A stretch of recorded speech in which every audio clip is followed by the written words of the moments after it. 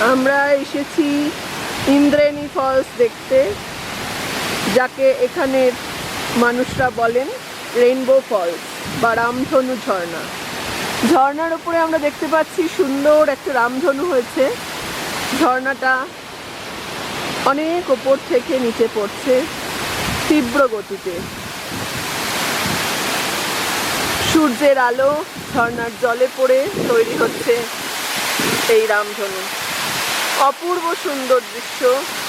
আমরা সকলে এই রামধনু ঝর্ণা দেখার জন্য এখানে আজকে উপস্থিত হয়েছি। আমাদের দলে অনেকেই আছেন। ক্যামেরার লেন্সে জল পড়েছে ঝর্ণার। নিবেদিতা, পার্থ, কল্যাণ, আরও অনেকে ছিল, তারা উপরে চলে গেছে।